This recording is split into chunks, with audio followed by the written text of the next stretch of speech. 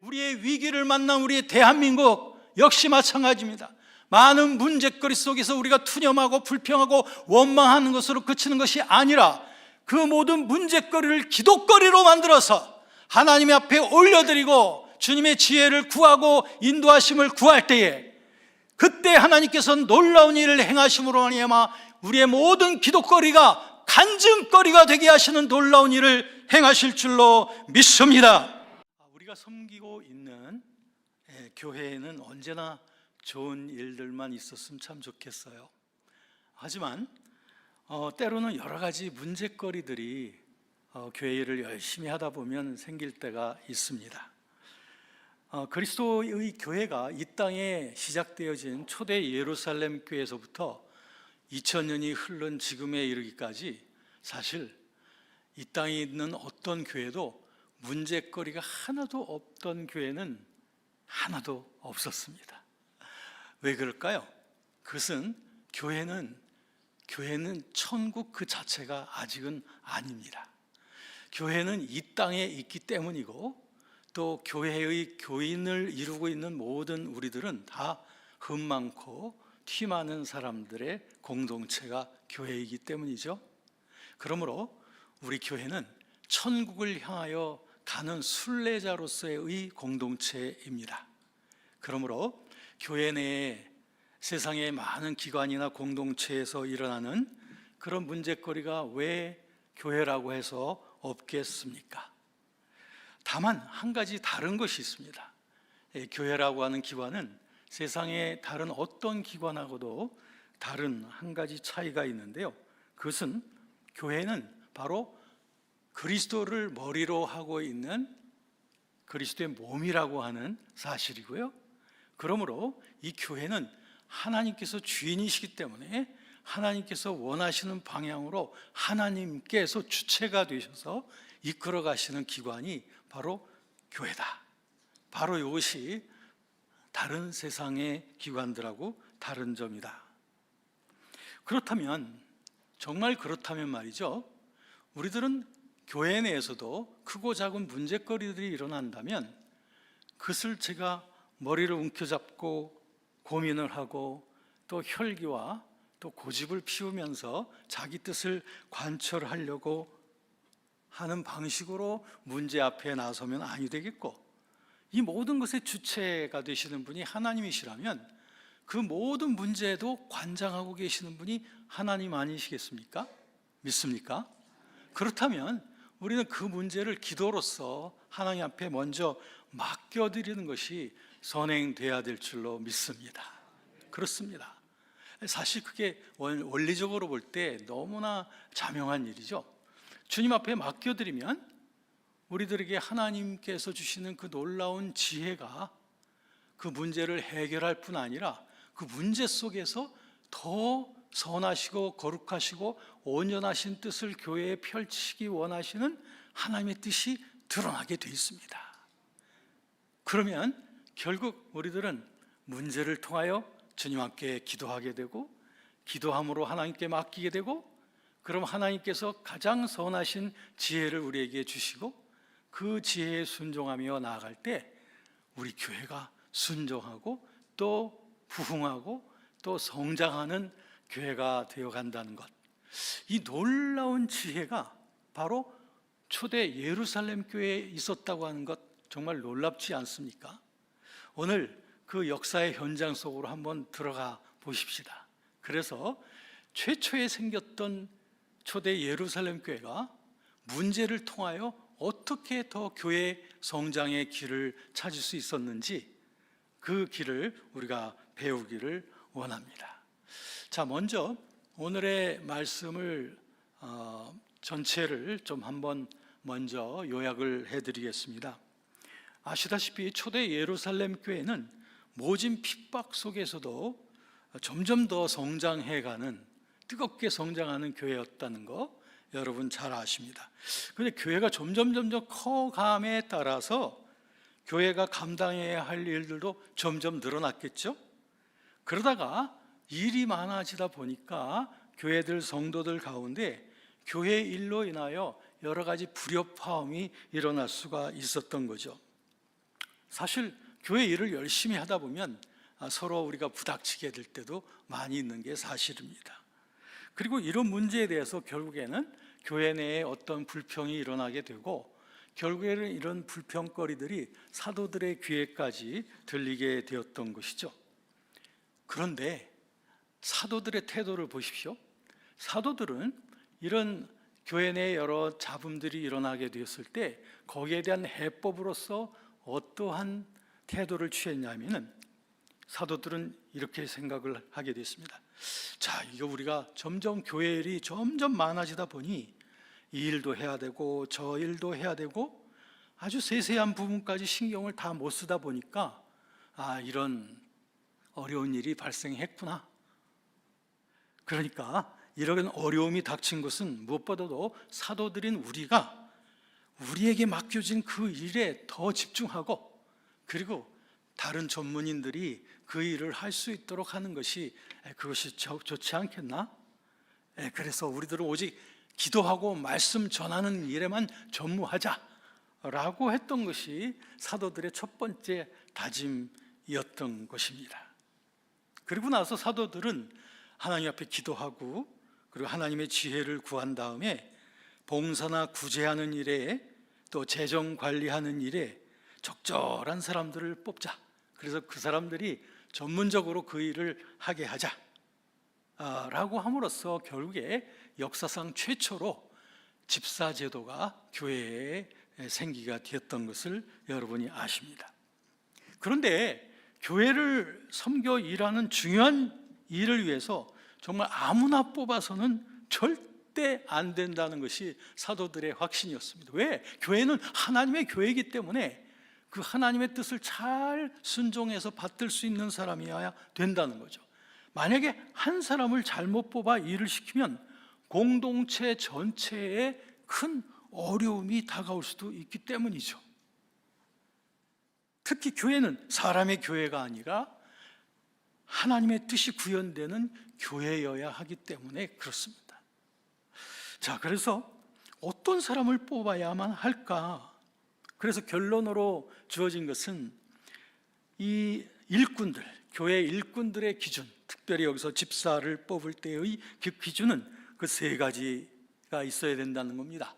성령과 지혜와 그리고 칭찬 듣는 사람이어야 한다라고 하는 것이 그들이 하나님 앞에 기도하고서 기준을 잡은 것입니다. 그래서 이 기준에 합당하게 모든 사람들이 사람을 추천하여 세우게 되고, 사람들이 뽑히자 사도들은 그들에게 하나님의 능력으로 그 일을 감당하게 해주십시오라고 하면서 그들에게 안수하여 그들로 하여금 교회 일꾼의 직무를 감당하게 했지요.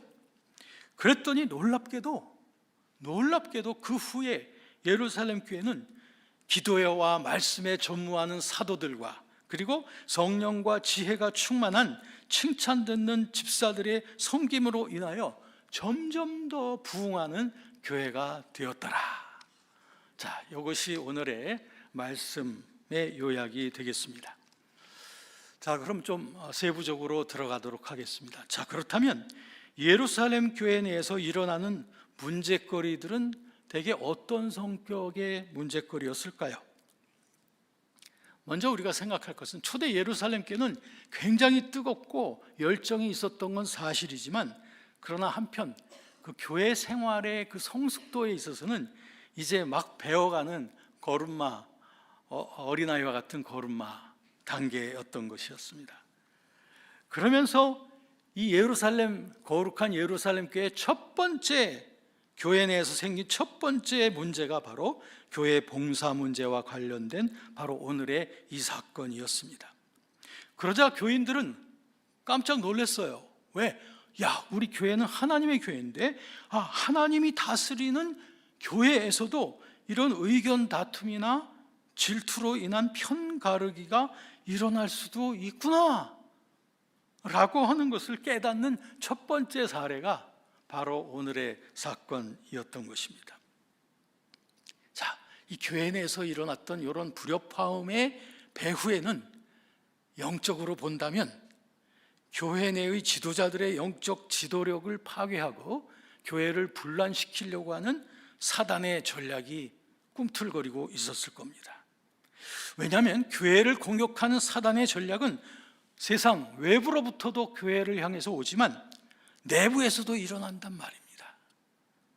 외부로부터 다가오는 사단의 전략은 어떨 때는 아주 무서운 사자처럼 우리에게 일을 들이대고 무섭게 달려들기도 하고, 때로는 달콤한 바닐라 라떼처럼 말이죠, 우리에게 아주 달콤하게 적셔 들여오기도 합니다. 그런데 목적은 무엇이냐? 결국 교회를 파손시키려고 하는 거죠. 그런가 하면 사단은 안에서부터도 공작을 벌입니다. 마치 안에서부터 벽을 갉아 헐어가는 여우처럼 말이죠, 교묘하게 교회의 내부에서 시비와 분열을 일으키는 거죠. 그래서 예루살렘 교회가 바로 이 유혹에 딱 걸린 겁니다. 그래서 교회 일 속에서 종종 내가 옳으냐 네가 옳으냐 라고 하는 가치 판단의 문제에 따라서 서로의 생각이 달라질 수 있었고, 사실 예루살렘 교회가 일을 하다 보면 새로운 일도 자꾸 생기게 되었고, 또 당황스러운 일도 또 많이 생기게 되었기에 이게 맞는지 또는 저게 맞는지 종종 판단을 내리기 어려운 일들이 많이 생겼을 겁니다.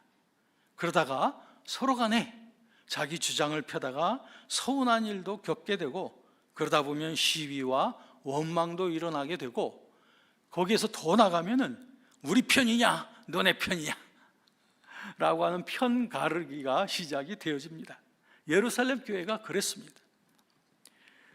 오늘의 말씀에 보면 히브리파와 헬라파 교인들 사이에 서로 이런 의견 다툼이 일어난 거예요. 이 사건의 그 배후의 내용을 조금 더 자세히 연구해 보면, 당시 예루살렘 교회는 히브리파 사람들로부터 먼저 시작이 됐지만 나중에 많은 헬라파 사람들이, 즉 이방인들이 들어오게 됐던 것이죠. 그리고 그들이 사용하는 언어도 틀렸고 혈통도 틀렸겠습니다. 히브리파 사람들은 유대인들이 중심이고 히브리어나 아람어를 사용했어요. 근데 헬라파 사람들은 헬라어를 사용을 했으니 한 교회 내에서 상당히 서로 결이 다를 수가 있었겠죠. 그런데 이 구제를 하는 일에 있어서 이런 구제를 하는 일은 히브리파 사람들이 처음부터 먼저 책임을 갖고 있었어요. 그런데 헬라파 사람들이 많이 들어왔는데 이 구제를 하고 배당을 하는 일에 있어서 어떤 헬라파 사람들은 아니 왜 우리한테는 왜 정해진 몫을 제대로 두지 않지? 왜 공평하게 주지 않는 거야? 라고 하면서 이렇게 구제의 대상에서 이름이 빠지는 사람들도 생기고, 좀 정당히 받아야 될 것보다 좀 못 받는 사람들도 생기게 되고, 이런 일들이 자꾸 벌어지는 것입니다. 그러다 보니까 히브리파 사람들을 자꾸 원망하게 되고, 나중에 사도들에게까지 그 원성이 올라가게 되었다라고 하는 거죠. 자, 여러분, 예루살렘 교회에서 이제 새롭게 시작되어진 이러한 일들을 관리함에 있어서 이런 최초의 내부적 갈등이 벌어지게 되었는데, 그것이 바로 구제 행위에 대한 공평성 문제, 또는 구제 사역을 위한 교회 재정의 지출상의 공평성 문제, 이런 것들 때문에 비롯됐다는 것은 조금도 이상하지 않습니다. 왜냐하면 교회가 세상에 존재하는 한 이런 실존적인 문제로부터 우리들은 벗어날 수 없습니다. 항상 교회가 직면하고 있는 그런 일들이기 때문이죠. 그러면 이런 문제거리를 만났을 때에 예루살렘 교회는 그냥 방치하고 말았을까요? 아닙니다. 바로 여기에서 놀라운 일이 벌어지게 되는 거죠. 바로 이 점에서 그리스도의 교회는 세상의 어떤 기관과도 달라야 될 점이 바로 이 지점입니다. 어떻게 했느냐? 이들은 문제를 그냥 문제로서 끝낸 것이 아니라 그 교회 문제를 하나님 앞에 맡기고 기도했고, 그리고 하나님으로부터 이 모든 문제 해결에 대한 지혜를 구하기를 구했고, 그렇게 함으로 마침내 교회 부흥의 탁월한 열매를 거두어낼 수 있게 되었다는 거죠. 자, 어떻게 이 일이 가능했을까요? 그렇습니다. 사도들은 정말 점점 피곤해질 수가 있었습니다. 왜냐하면 너무나 많은 일들이 새롭게 다가오고 그 모든 일에 사도들이 이제 책임을 지게 된다는 것이 상당히 영적으로 피곤한 일이 되었던 것입니다. 그런데 이 문제거리 때문에 결국엔 사도들은 결단하기를, 그래, 우리가 본연의 하나님께서 주신 그 일만 열심히 하자, 그리고 나머지는 전문인들에게 맡기자 라고 이렇게 분업을 할 수 있게 되었다는 것.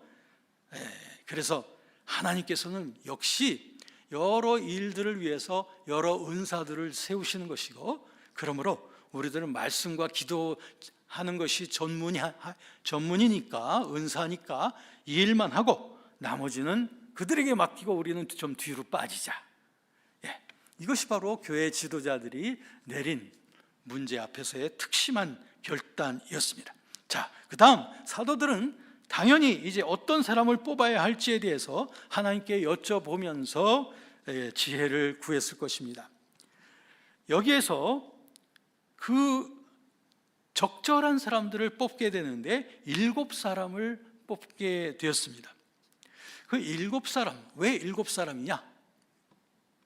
7이라고 하는 숫자가 신성한 숫자니까 뭐 이렇게 단순하게 생각할 수도 있겠지만, 당시의 예루살렘 교회는 지역적으로 7구역으로 나눠져 있거나 아니면 가정에서 모이는 목장 모임과 같은 것이 크게 큰 단위로 볼 때 한 7개 정도로 나뉘어져 있었다라고 합니다. 그래서 사도들은 아무튼 각 단위에 최소한 1명 이상의 구제와 섬기는 일의 책임자를 뽑아야 된다고 생각했죠. 그래서 7명을 뽑았습니다. 자, 기도하는 사도들이 뽑은 교회 봉사를 위한 적임자의 기준은 그들의 학식, 경력, 재산, 사회적인 명예, 이런 것을 고려하지 않았습니다. 무엇을 기준으로 했을까요? 저는 단 한 가지 단어로서 축약을 해볼 수가 있었습니다. 그것은 뭐냐면 바로 관계라고 하는 단어입니다. 관계. 아마 예상하지 못하셨죠? 아니, 관계? 그렇습니다. 관계가 뭔데? 관계라는 단어의 사전적인 의미는 둘 이상의 사람이나 사물 또는 현상 따위가 서로 관련이 있다거나 관련을 맺는 일, 그것을 관계라고 합니다. 곧 사람들만의 것만이 아닙니다. 보통 관계한다고 하면은 사람들은 생각하기를 저 사람은 관계를 잘해, 저 사람은 관계를 못해, 다 이런 것은 주로 인간관계만을 말하는 거예요. 그런데 관계라고 하는 것은 단지 사람과 사람 사이만의 관계만이 있는 것이 아니고, 모름지기 우리들은 관계를 정말 잘하는 사람들이 되어야 되는데, 그 관계는 어떤 대상과의 관계를 말하느냐 하면은, 첫째는 주님과의 관계, 두 번째는 교회 일과의 관계, 그리고 마지막 세 번째는 사람과의 관계입니다. 자, 이 세 가지 관계, 그것이 각각 바로 주님과의 관계에 해당되는 것이 바로 성령 충만한 사람입니다. 그리고 그 다음에 교회 일과의 관계에 관계되는 것이 바로 지혜가 충만한 사람이고요, 사람과의 관계에 있어서 관계되어지는 문장은 사람들 앞에서 칭찬받는 자입니다. 자, 이 세 가지 어떻게 엮어져 있는지를 보시겠습니다. 첫째는 성령 충만한 사람을 뽑아야 된다고 했습니다. 성령 충만하다고 하는 것은 우리 주님 앞에서 헌신되어진 것을 말합니다. 그렇습니다. 우리가 교회 일을 하는 데 있어서 인간 자신의 명예나 자랑을 구하는 목적을 가지고 교회 일을 한다면 교회 일을 그르치게 됩니다. 공동체를 파괴하게 됩니다. 세상적인 가치관이나 금전에 대한 물욕을 가지고 교회를 뛰어든다면 이런 사람들은 여러 사람에게 피해를 주고 사역의 아름다운 열매도 당연히 거둘 수가 없습니다. 그러므로 우리는 성령 충만한 봉사자가 되어야 되는데, 그래서 주님을 향한 마음의 동기와 사랑으로 언제나 주님께 대한 헌신의 자세로 살아가는 사람, 주님께 대한 인격적인 헌신과 예배의 삶, 특히 말씀과 기도의 삶에 자신을 헌신하는 사람, 이것이 바로 교회 봉사자의 가장 최우선 덕목이라고 사도들은 확신했습니다. 두 번째는 바로 교회 일과의 관계에 있어서 지혜가 충만한 사람이어야 한다고 생각했습니다. 여러분, 교회 일을 할 때 인간적이고 세상적인 지혜를 동원하여 하다 보면 일을 그르치게 됩니다. 또 함께 동역하고 있는 사람들하고도 큰 다툼의 소지가 일어나게 되기 쉽습니다. 그러므로 우리가 교회 일을 할 때는 주님께 매사에 여쭤보면서 하늘로부터 오는 지혜를 힘입어서 봉사하는, 즉 그리고 함께 기도하며 함께 동역하는 사람들과 함께 머리를 조아리고 함께 하나님의 뜻을 찾는 사람, 이런 지혜자들이 교회 사역에 큰 열매를 거두게 되는 것이고, 동역하고 있는 동지들에게도 기쁨과 보람을 함께 누리게 해줄 수 있는 사람입니다. 이것이 교회의 일에 지혜 있는 사람이죠. 마지막 사도들이 뽑은 세 번째 마지막 기준은 사람들 앞에 칭찬받는 사람입니다. 어떤 분은 자기는 교회 일을 잘한다고 생각하지만 사람들은 절대 그렇게 인정하지 않습니다. 어떤 사람은 나야말로 교회에서 꼭 필요한 사람이야, 이렇게 자부할 줄 모르지만 사실상 사람들은 그를 매우 불편한 사람으로 여길 때도 있습니다. 이런 사람들은 사람들로부터 칭찬을 받기는커녕 사람들로부터 따돌림을 받고 인정받지 못하는 이런 분들은 교회 봉사의 훌륭한 적임자라고 추천받기가 힘들 것입니다.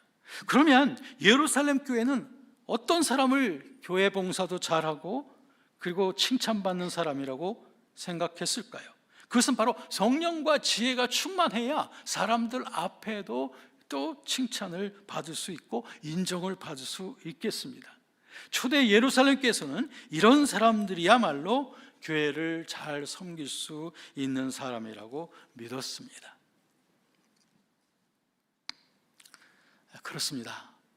우리가 교회를 섬기면 섬길수록 이 교회 봉사라고 하는 것은 인간의 힘이나 노력이나 내 지혜로 하는 게 아니구나, 그리고 내 혼자서 뭐 잘한다고 다 같이 잘 되는 건 아니구나, 이런 것들을 점점 더 깨달아 갑니다.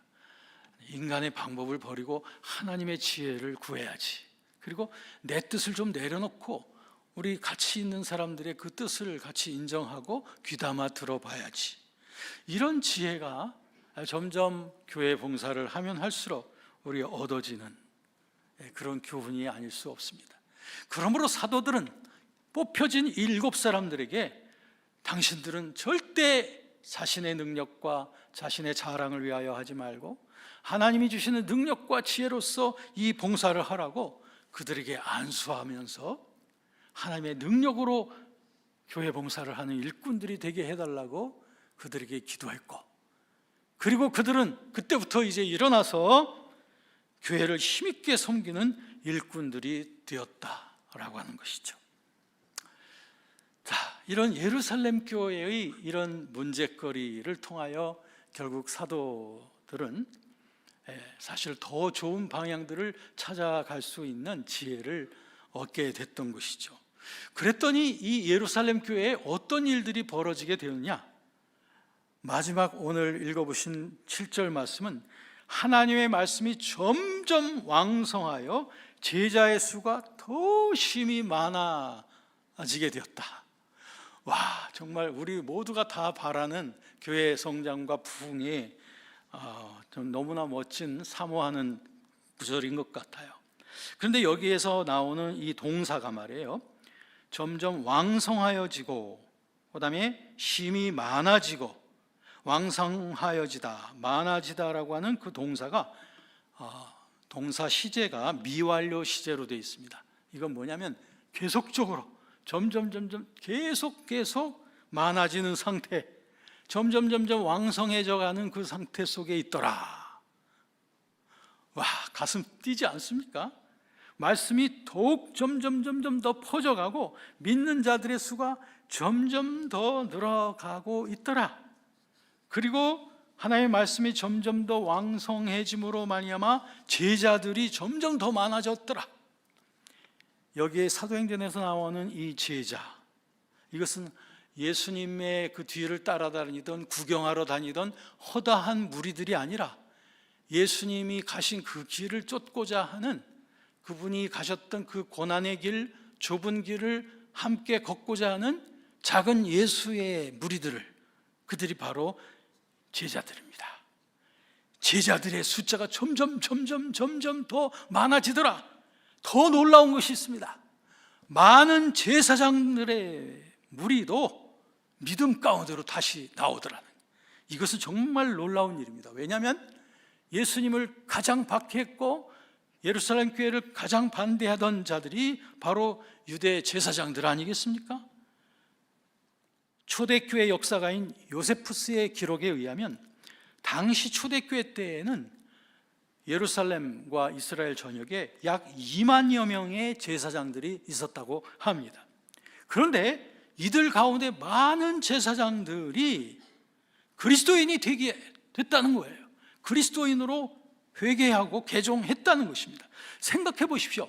일반 유대인들, 평민들이 그리스도인이 되는 것도 많은 값을 치러야만 했거늘, 하물며 자기의 생업을 제사장으로 삼고 평생을 종교 지도자로서 헌신했던 제사장이 자신의 믿음을, 지금까지의 믿음을 이제 포기하고 그리고 주님 앞에 새로운 믿음으로 나아갈 때에 얼마나 박해가 많으며 얼마나 많은 힘든 일들이 많아졌겠습니까?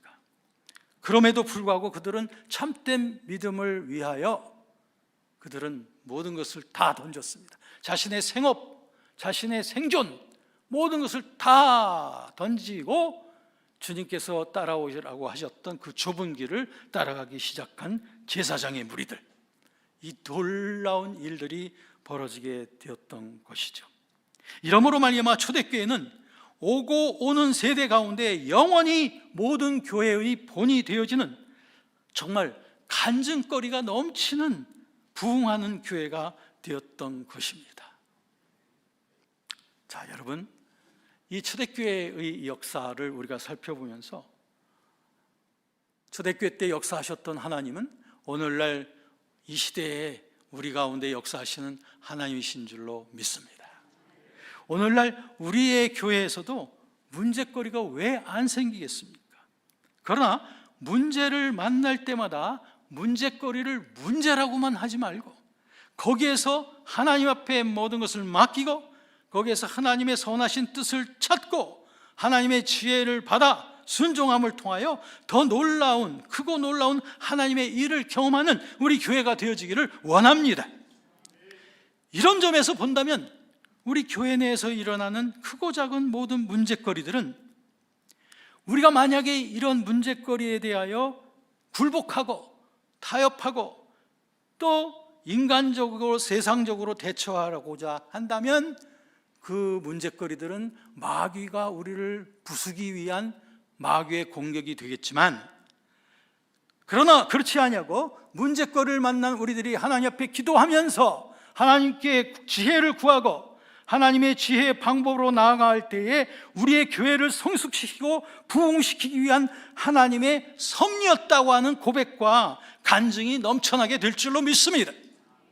어디 우리 교회뿐이겠습니까? 우리 가정에도 여러 가지 크고 작은 문제거리가 있습니다. 그러나 저와 여러분들의 가정은 바로 우리 하나님께서 우리 가정의 주인이신 줄로 믿습니다. 그렇다면 우리에게 다가오는 가정의 모든 문제거리들은 문제 그 자체만이 아니라 문제거리들은 결국 하나님 앞에 기도의 자리로 나아가게 할 수 있는 그런 기도의 끈인 것이고, 그 기도를 함으로 말미암아 하나님의 역사를 경험하게 될 때에 우리 가정 속에는 하나님이 일하시는 간증이 넘쳐나게 될 줄로 믿습니다. 우리의 위기를 만난 우리의 대한민국 역시 마찬가지입니다. 많은 문제거리 속에서 우리가 투념하고 불평하고 원망하는 것으로 그치는 것이 아니라 그 모든 문제거리를 기도거리로 만들어서 하나님 앞에 올려드리고 주님의 지혜를 구하고 인도하심을 구할 때에 그때 하나님께서는 놀라운 일을 행하심으로 말미암아 우리의 모든 기도거리가 간증거리가 되게 하시는 놀라운 일을 행하실 줄로 믿습니다. 그러므로 우리 자막을 보시면서 함께 이렇게 고백했으면 좋겠습니다. 다 같이 함께 외치겠습니다. 시작. 문제거리가 늘어나면 기도거리도 늘어나고 기도거리가 늘어나면 간증거리도 늘어난다.